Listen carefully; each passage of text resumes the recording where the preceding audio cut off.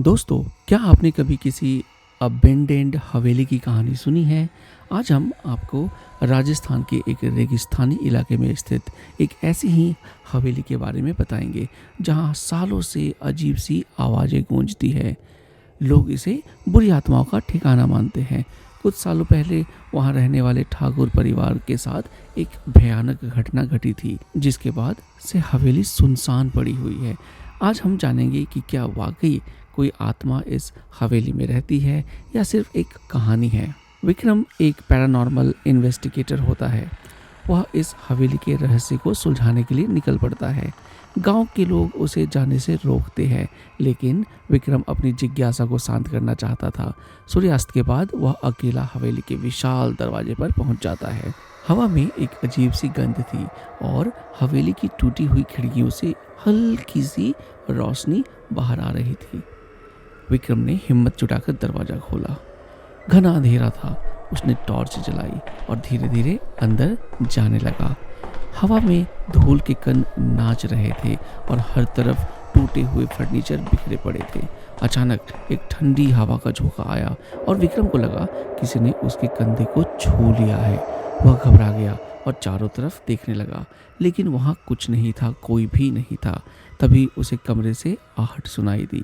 कमरे के दरवाजे के पास जाकर विक्रम ने धीरे से झांका। अंदर एक टूटी हुई पालकी में एक सफेद साड़ी पहने हुई एक महिला बैठी हुई थी। उसके चेहरे पर घूंघट था और वह धीमी आवाज में रो रही थी। विक्रम दंग रह गया। क्या ये वही आत्मा है जिसके बारे में कहानियां लोग बताते थे? वह और करीब गया। महिला को आवाज देने ही वाला था कि अचानक पालकी तेज से हिलने लगी और महिला गायब हो गई। केवल उसके रोने की आवाज गूंजती रह गई। घबराहट के कारण विक्रम पीछे हट गया। उसकी टॉर्च की रोशनी कमरे में घूमने लगी।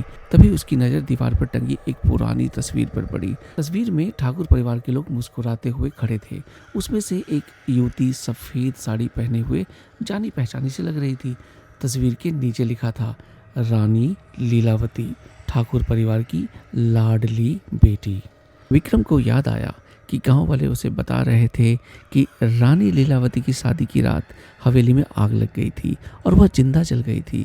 क्या यह वही आत्मा थी जो सालों से हवेली में भटक रही है? लेकिन वह रो क्यों रही है?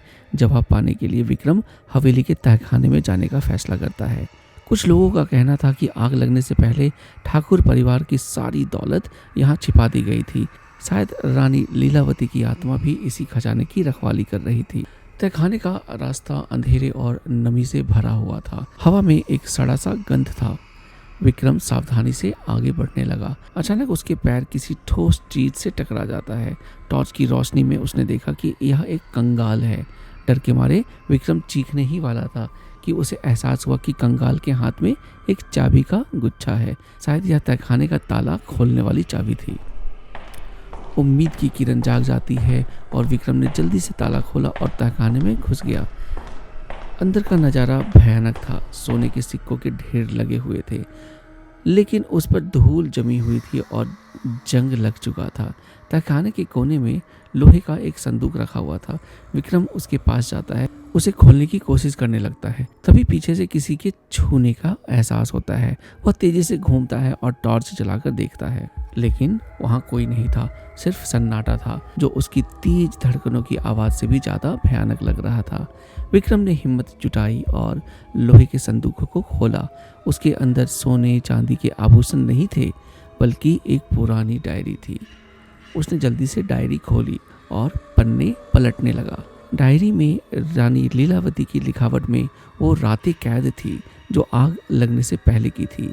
पन्ने पे लिखा था, रानी लीलावती की शादी जो उसकी मर्जी के खिलाफ एक बूढ़े राजा से की जा रही थी। वह शादी नहीं करना चाहती थी।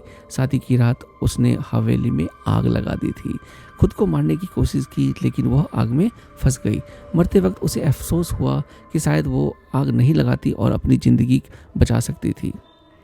विक्रम डायरी पढ़कर स्तब्ध रह गया।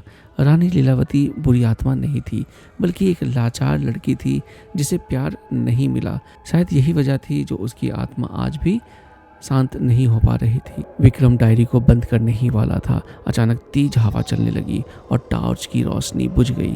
चारों तरफ अंधेरा छा गया। विक्रम घबराकर आवाज लगाता है, रानी लीलावती आप यहाँ है? जवाब में उसे सिर्फ एक ठंडी आवाज़ सुनाई दी जो पूरे तहखाने में। तो दोस्तों ये थी कहानी हवेली की आत्मा की पुकार। आई होप आपको ये कहानी पसंद आई होगी। ऐसे ही कहानियाँ सुनने के लिए चैनल को सब्सक्राइब करें।